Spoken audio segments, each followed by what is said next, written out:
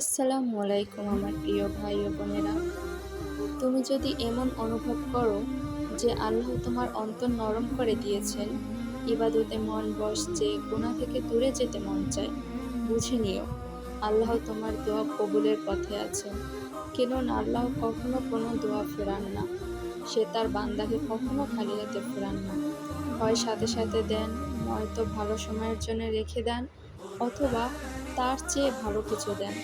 আর সবচেয়ে বড় আলামত হলো যখন তুমি দোয়া করার পর অদ্ভুত এক শান্তি অনুভব করো, সেটাই আল্লাহর পক্ষ থেকে সান্ত্বনা তোমার জন্য। তাই আমার প্রিয় ভাই ও বোনেরা, কখনো তোমরা নিরাশ হও না। আল্লাহর সাহায্য আসবেই, এটা আমার আল্লাহর ওয়াদা।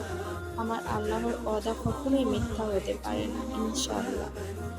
এরকমের ভিডিও পেতে আমার চ্যানেলটিকে সাবস্ক্রাইব এবং লাইক দিয়ে আমার সাথে থেকো।